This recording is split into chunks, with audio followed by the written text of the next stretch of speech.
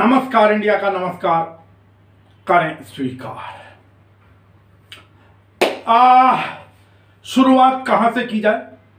चलिए प्रधानमंत्री जी से शुरू करते हैं। प्रधानमंत्री नरेंद्र मोदी, जैसे आपको मालूम है कि कल उन्होंने खिलौना उद्योग को आत्मनिर्भर बनाने के लिए जो एक अभियान चलाया, स्कीम की घोषणा की, कुछ भी कहिए। आप पहले उनका ये संबोधन सुनिए, प्रधानमंत्री नरेंद्र मोदी जी का, खिलौना उद्योग को आत्मनिर्भर बनाने के लिए। पहले खिलौनों के बारे में सरकारें बात करने की भी जरूरत नहीं समझती थी, इसे कोई गंभीर विषय नहीं समझा जाता था। लेकिन अब देश ने खिलौना उद्योग को 24 प्रमुख क्षेत्रों में दर्ज किया है, उसका दर्जा दे दिया है। नेशनल टॉय एक्शन प्लान भी तैयार किया गया है।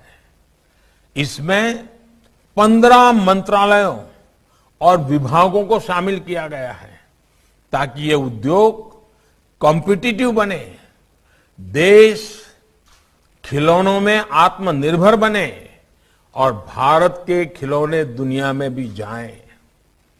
इस पूरे अभियान में राज्यों को बराबर का भागीदार बनाकर टॉय क्लस्टर विकसित करने का प्रयास किया जा रहा है। इसके साथ ही देश टॉय टूरिज्म की संभावनाओं को भी मजबूत कर रहा है। भारतीय खेलों पर आधारित खिलौनों को प्रमोट करने के लिए देश में टॉयकाथॉन 2021 का आयोजन भी किया गया था। मुझे बताया गया है कि इस टॉयकाथॉन में 12 लाख से अधिक युवाओं ने, शिक्षकों ने और विशेषज्ञों ने रजिस्ट्रेशन कराया और 7,000 से अधिक नए नए आइडियाज आए। ये दिखाता है कि दशकों की उपेक्षा और कठिनाइयों के बावजूद भारत की प्रतिभा, भारत का हुनर आज भी असाधारण संभावनाओं से भरा हुआ है।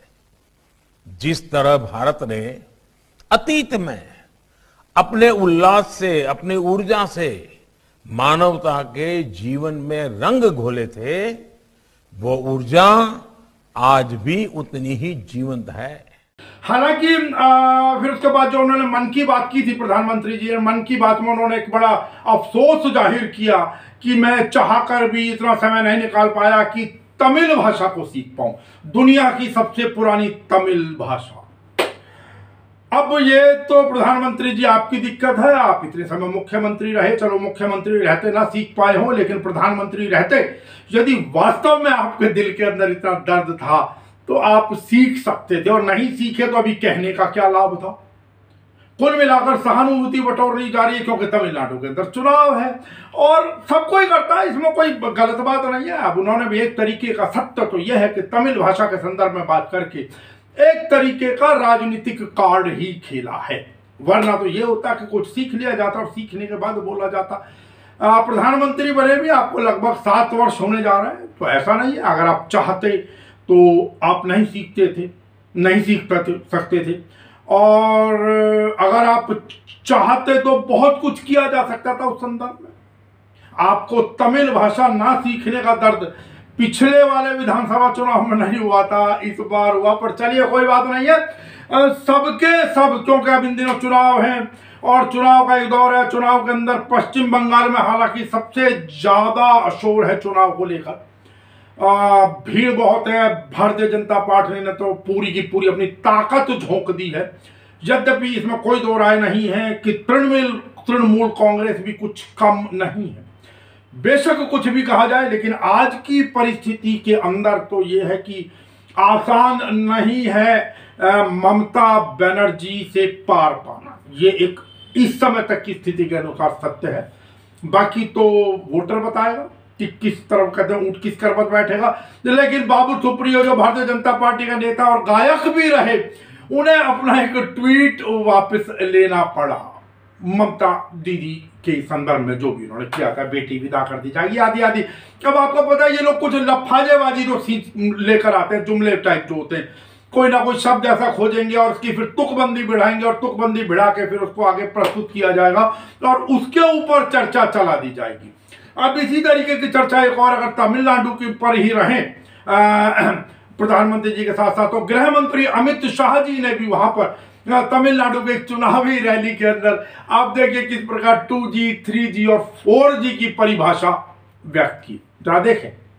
मित्रों, मुझे तो हंसना आता है। स्टालिन जी को मैं सुनता हूं भ्रष्टाचार की बात करते। अरे स्टालिन बाबू, अपने गरेबान में झांक कर देखो जरा, किसने किया था 2G स्कैम? आपकी अगल बगल में चल रहे हैं और आप भ्रष्टाचार की बात करते हो। आपके परिवारजनों के घर देखिए जरा, कितने बड़े बड़े महल बन चुके हैं।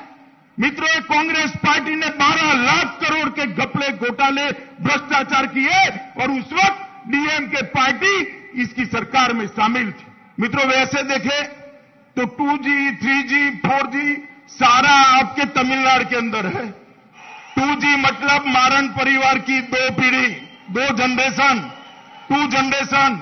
3G मतलब करुणानिधि के 3 जनरेशन और 4G मतलब गांधी परिवार के 4 जनरेशन। और ऐसा नहीं है कि तमिलनाडु के अंदर केवल भारतीय जनता पार्टी है, वहां पर राहुल गांधी कांग्रेस नेता वो भी दौरे पर हैं। उन्होंने वहां पर एक चाय, हालांकि उनकी सभा के जहां भी वो जा रहे हैं भीड़ वहां भी अच्छी खासी है, लेकिन दिक्कत ये कि भारतीय जनता पार्टी जिस प्रकार अपनी ताकत झोंके हुए कांग्रेस में कहीं ना कहीं उदासीनपन तो है, ये तो आप मानेंगे। पश्चिम बंगाल में वो कहीं नजर नहीं आ रहे। हाँ, राहुल गांधी अगर तमिलनाडु के अंदर हैं, वो बेशक आप देखेंगे कुछ चाय के स्टॉल के ऊपर है, चाय पी रहे हैं। कुछ आपने पीछे भी देखा जो चर्चा में लाया गया, कुछ मछुआरों के साथ उन्होंने जिस प्रकार वहाँ समुद्र के अंदर छलांग लगाई, उसको लेकर भी उनके 6 पैक 8 पैक आदि आदि अनेकों चीजों चर्चाओं में रही, लेकिन आज वहाँ भीड़ रही। उसके अलावा राहुल गांधी तमिलनाडु के एक मंदिर तिरुनेलवेली मैं समझता हूँ में एक मंदिर है, वहां उस मंदिर के अंदर भी गए, वहां पूजा अर्चना की, आशीर्वाद लिया पुजारी जी का वहां पर। मंगलगर परिपूर्ण देवाशनाधिपतये श्रीर्वक्षमारोग्यासनाधिपतये अनुग्रह परिपूर्ण मंगलगर प्रजात सिद्धिरस्तु। ओम राजाधिराजाय प्रसज्ञ सागिनेः श्रवणाद गुरुमगे समय कामांस्कामहामाय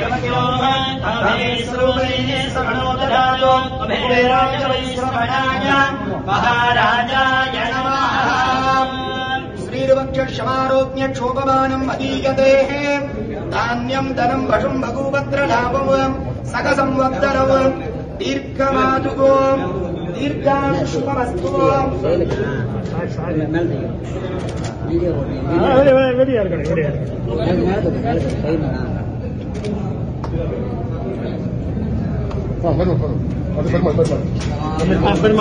पुरुष क्षतेन्द्रियेन्द्रियेन्द्रतिदृष्टति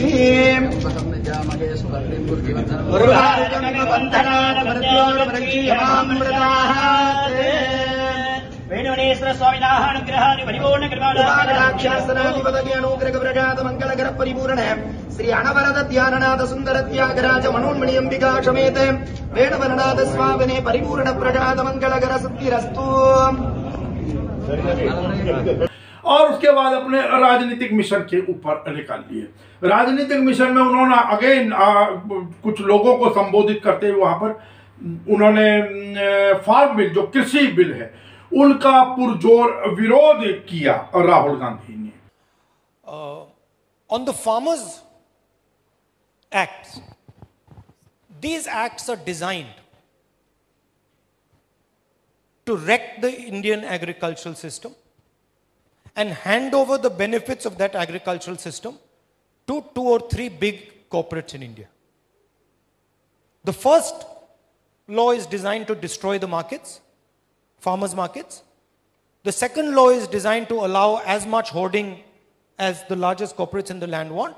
And the third law basically says that if a farmer contests, then the farmer cannot do it in a court of law. So we are completely against these 3 laws.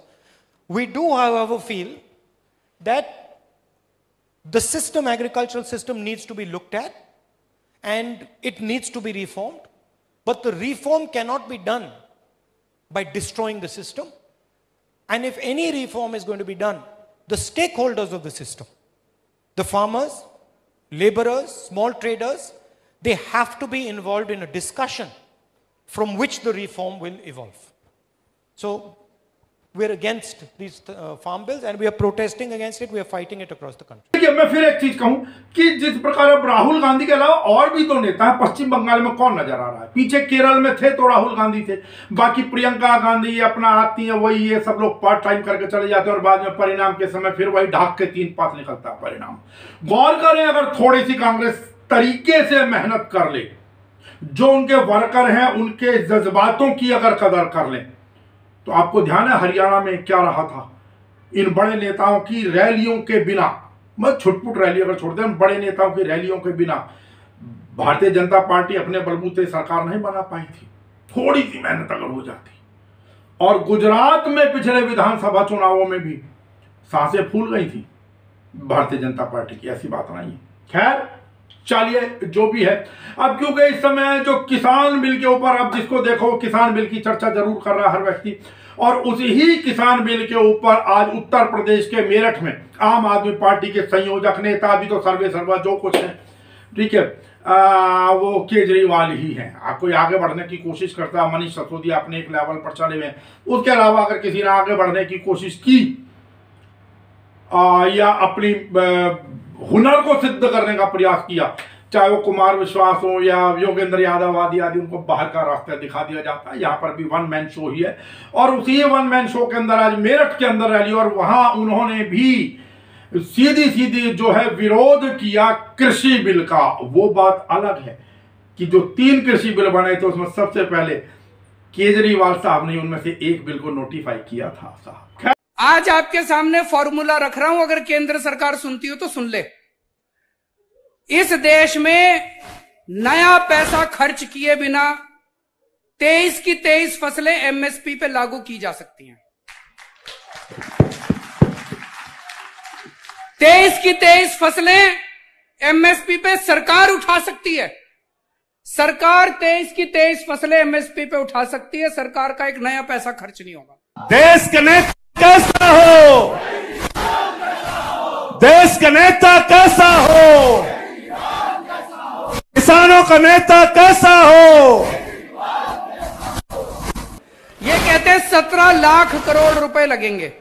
भाई साहब, 17 लाख करोड़ रुपए किसान फ्री में नहीं मांग रहा।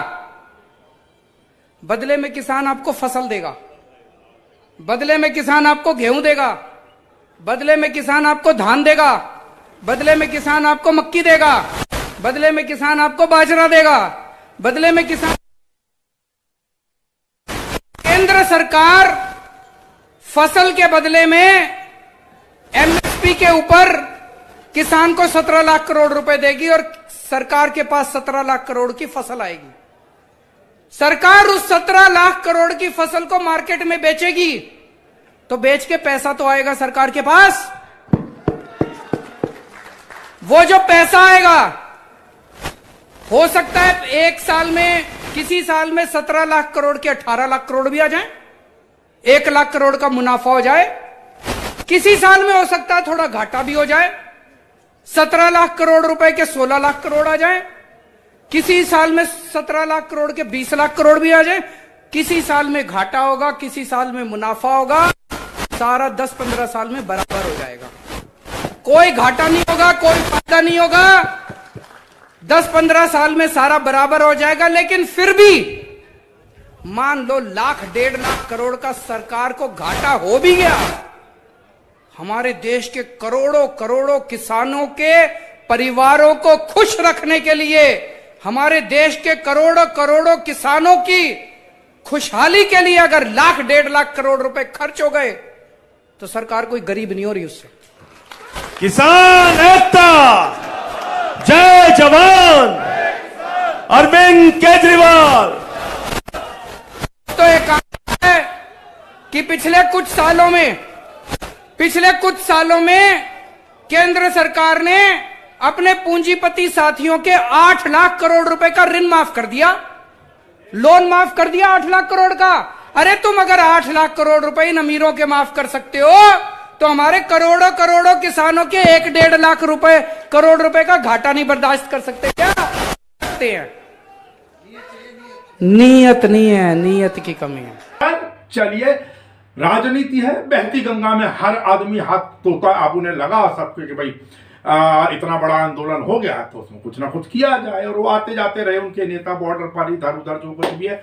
आज मेरठ में उन्होंने सीधा सीधा जो आरोप लगाया वो मोदी जी के मित्रों के ऊपर कि भाई आप अपने मित्रों का आपने 8 लाख करोड़ रुपया माफ कर दिया। ये जो 18 लाख करोड़ की बात करते हैं, ये आ जाएगा, इतने का देंगे, अन्न दिया जाएगा किसानों के द्वारा आदि आदि। तो इस प्रकार की चर्चाएं उन्होंने की। इस समय क्योंकि कांग्रेस में पिछले कुछ समय से घमासान तो मचा ही हुआ है। एक G23 ग्रुप बना था जो 23 नेताओं ने शीर्ष नेतृत्व के विरुद्ध चुनावों को लेकर, आंतरिक चुनावों को लेकर जिस प्रकार का आवाज उठाई थी, वो चिट्ठी लीक भी हो गई थी। उसके बाद हाउल्ला मचा और गुलाम नबी आजाद साहब, क्योंकि अब राज्यसभा सांसद इस समय नहीं है, लेकिन विदाई के समय जिस प्रकार वो भावुक हुए, उन्होंने प्रधानमंत्री नरेंद्र मोदी की तारीफ की, और नरेंद्र मोदी जी ने जिस प्रकार पार्लियामेंट के अंदर भावुक होकर आंसू उनके निकले, जो कुछ भी रहा, उसके बाद से उन्होंने नरेंद्र मोदी जी की जो बड़ाई है, गुणगान है, वो कई बार किया। अब ये समझ नहीं आता कई बार कि कहीं कुछ अंदर ही अंदर खिचड़ी तो नहीं पक रही।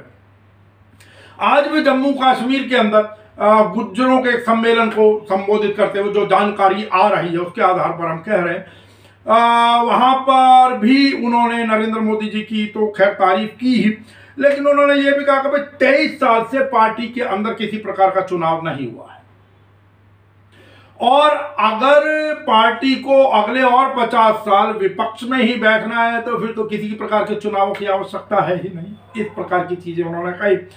और लेकिन एक खास चीज उसके अंदर है। इस कार्यक्रम के अंदर कपिल सिब्बल भी थे, भूपेंद्र हुड्डा भी थे, मनीष तिवारी भी थे, राज बब्बर भी थे। इन सब ने भगवा पगड़ी धारण की हुई थी। बात फिर वही कि अंदर कुछ पक तो नहीं रहा, कोई पटकथा तो नहीं लिखी जा रही है। अब वही बात है कि ये सब चीजें भविष्य की गर्त में है, लेकिन उन्होंने नरेंद्र मोदी की तारीफ करते हुए गुलाम नबी आजाद ने सीधा सीधा कहा कि भाई नरेंद्र मोदी जी अपनी जड़ों को नहीं भूले। प्रधानमंत्री बनने के बावजूद उन्होंने बेशक चाय बेची, दुनिया भर के कष्ट सहे, लेकिन उन्होंने अपनी जड़ों को वो नहीं भूले। खैर, समय समय पर इस समय प्रशंसाओं के दौर जारी है, बाकी सब भविष्य के गर्त में छुपा है, देखते हैं क्या होता क्या नहीं। लेकिन हम फिर स्पष्ट करेंगे कि चाहे कुछ भी हो, कांग्रेस को, जो हमने परसों तरसों भी चर्चा की थी, वो पार्ट टाइम पॉलिटिक्स हो रही है। कहां है पश्चिम बंगाल के अंदर, आप मुझे बताओ ना। जिस प्रकार टीएमसी ने, हालांकि उसके मतलब तमाम बड़े नेता पार्टी छोड़कर जा चुके हैं भारतीय जनता पार्टी के अंदर, उनके भतीजे के ऊपर, जो भतीज बहू के ऊपर सीबीआई नोटिस, और अभी तो बहुत सारे नोटिस और चलेंगे जब तक, क्योंकि एक रणनीति होती है किसी भी सत्ताधारी दल की कि उनकी शक्ति को दूसरी जगह लगवा दिया जाए। देखते हैं भविष्य में क्या होता है, लेकिन कांग्रेस को तो कम से कम वहां जाना चाहिए और अपनी पूरा शक्ति लगा देना चाहिए, परिणाम चाहे कुछ भी हो। और उस शक्ति लगाने का फायदा ये होता है कि कम से कम जो ग्राउंड रूट वर्कर है, जो जमीनी कार्यकर्ता है, उसका मोराल, उसका हौसला बुलंद रहता है, बढ़ा रहता है। हार जीत से फिर उस कार्यकर्ता के ऊपर कोई फर्क नहीं पड़ता। अब दिक्कत क्या होती है कि कार्यकर्ता मान लीजिए कहीं काम कर रहा है और आपने किसी से गठबंधन कर दिया या अपने कैंडिडेट खड़े नहीं हुए, तो उस पर्टिकुलर क्षेत्र का जो वर्कर है वो जाए तो कहां जाए, और ये फिर धीरे धीरे सब जगहों पर नुकसान पहुंचता है। चलिए, अब आगे आगे तो आरोप प्रत्यारोप का दौर जारी रहेगा ही, परिणाम समय स्वयं बता देगा। फिर हम थोड़ी सी चर्चा करते हैं कि जिस प्रकार की बातें करते हैं कि भाई मैं किसी पार्टी में नहीं जा रहा, मुझे किसी पद की इच्छा नहीं है, मैं 5 बार पार्टी का महासचिव रह चुका हूं, 15 बार पार्टी का महासचिव रह चुका हूं, 5 प्रधानमंत्रियों के साथ मैं काम कर चुका हूं, आदि आदि इस प्रकार की चीजें हैं।